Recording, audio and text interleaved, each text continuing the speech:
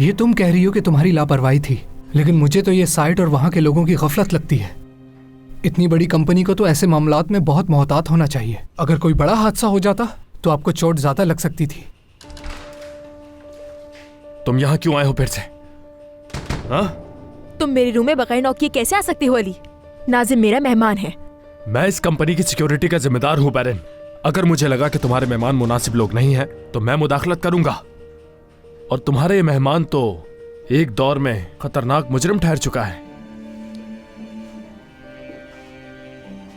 ये बात सच है कि मैं अपनी पुरानी जिंदगी की वजह से छोटे मोटे जुराइम में रहा हूं, लेकिन इसका मतलब ये हरगिज नहीं है कि मैं खतरनाक इंसान हूं। लेकिन सच पूछो तो बैरिन, मुझे बिल्कुल भी अच्छा नहीं लगा ये। इसने तुम्हारे सामने खड़े होकर सिर्फ और सिर्फ मुझे जलील किया और कुछ नहीं। अगर अब तुम हमें अकेला छोड़ दोगे तो हम कॉफी एंजॉय करना चाहते हैं अपनी।